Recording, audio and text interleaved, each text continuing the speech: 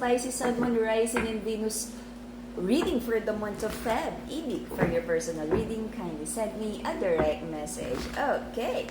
Kamusta mga Pisces? Remind ko lang uli kayo na hindi po ako magme-message sa inyo. If you're ready to have your personal reading, just send me a direct message. And then, ang palatandaan ng legit account natin, isa lang po ang pina-follow ko, yung backup account natin, which is Sky Angeles. Alright?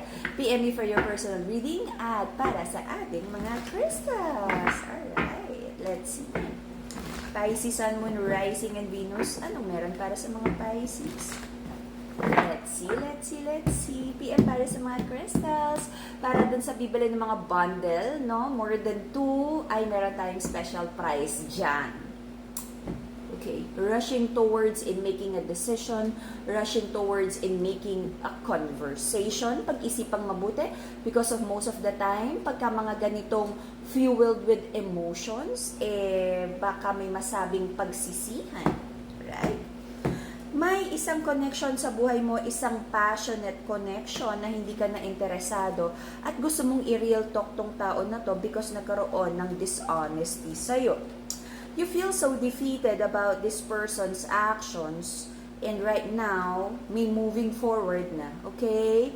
Na nangyayari. Especially sa side ng masculine, sabi niya, move forward na tayo, tama na yan. Nakakapagod, sabi niya. Okay? The masculine here, na-hurt siya kung ano yung nangyari para sa connection na to because the masculine feels na parang soulmate to, pero napakarami na daw na nangyaring hindi maganda. At naninimbang siya kung tama pa ba daw na ayusin, kung kaya ba pa talagang ayusin. In the past, sinubukan namang ayusin to, alisin ang conflict, but sabi ng mga Pisces is like, go with the flow. Sige, ayusin. Tapusin ng mga tampuhan, tapusin ng away, and let's see kung maaayos pa or not. Sabi ng feminine here, nakakapagod na rin daw ipaglaban at sabi ng feminine, alam na rin naman daw niya yung possible outcome.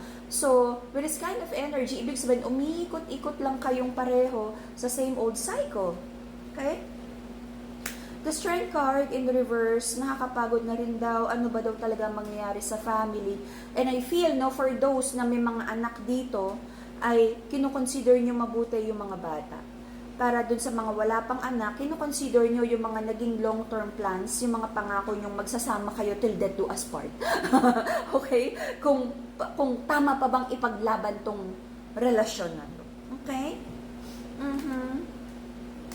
So, masculine, I feel, no, nagkakaroon ng trust issues kasi may nai-involve na ibang connection dito.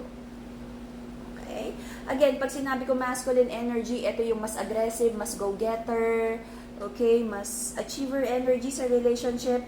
But may nakikita ako dito na third party energy. Let's see, Pisces. For some of you, may nararamdaman ako nagagantihan kayo.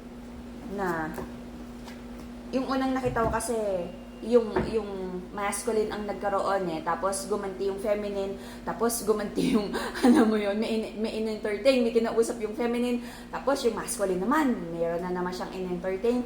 So, so if you really want to fix this connection, pag-usapan, ano ba talaga, at ayusin.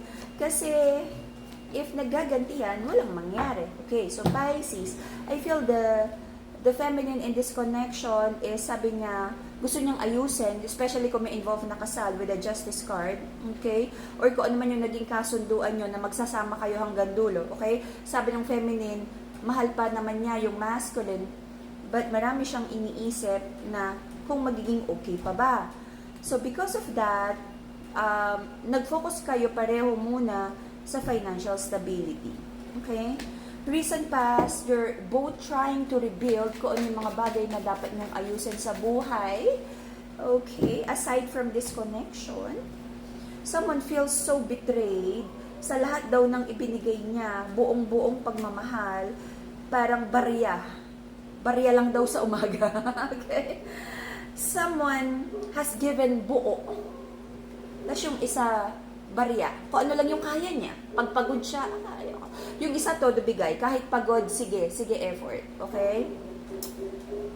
Yung level of commitment magkaiba. Yung ready of pagiging responsable sa relationship magkaiba. Kaya someone feels hurt. Kasi sabi niya, itinaya niya lahat, pati panty niyang butas, okay? But, parang wala, binebreadcrumb daw siya.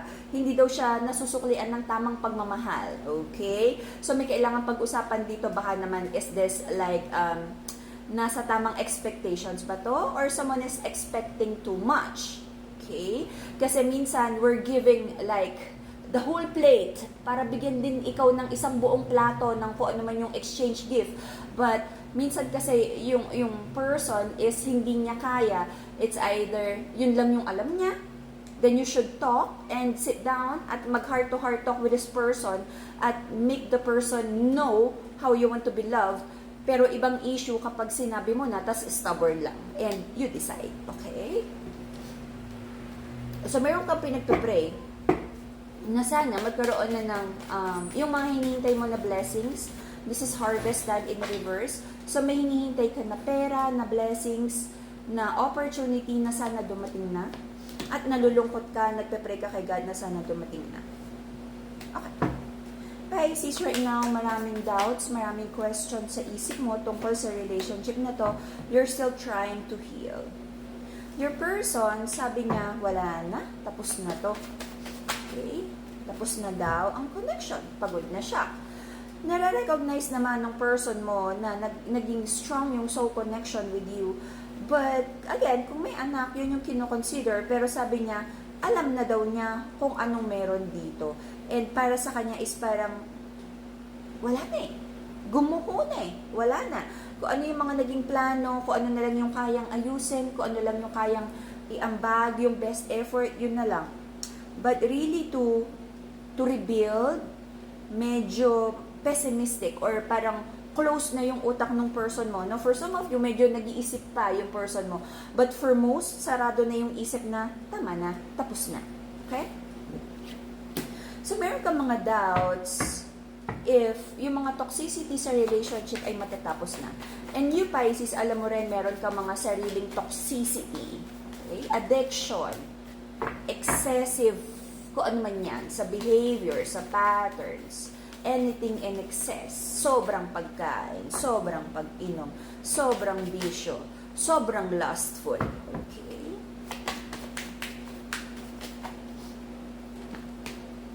Meron ka mga doubts kung makukuha mo pa yung wish fulfillment mo, but I feel the masculine has options here.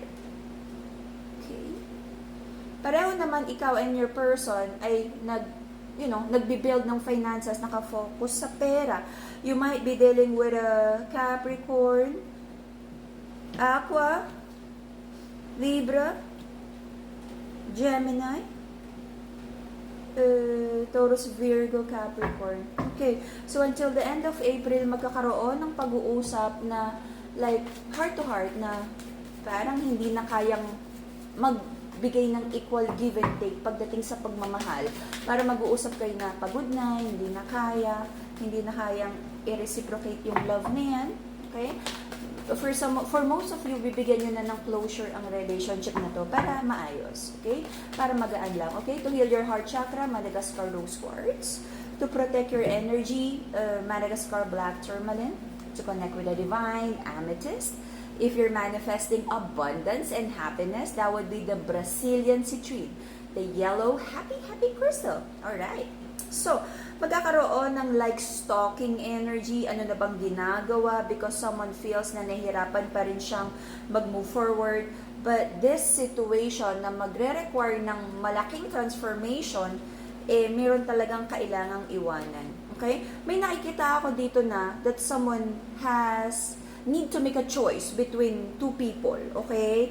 And mas nakikita ko sa side ng masculine na meron siyang pinagpipilian na dalawang feminine, alright? So, mag-decide para hindi nagkakasakitan here. But I feel kung ano yung naging solid connection dito na nagbigyan ng pangako o nagkaroon ng kasal, Pisces, I feel your person is not interested anymore. And maaaring mag-usap na lang kung para sa bata o kung ano yung mga paghahati ang properties kasi I feel for most of you ay meron ng binild, like nagsama or binild something together. Okay? So, pag-usapan na lang kung ano pa yung mga kailangang ayusin para maayos lang yung energy.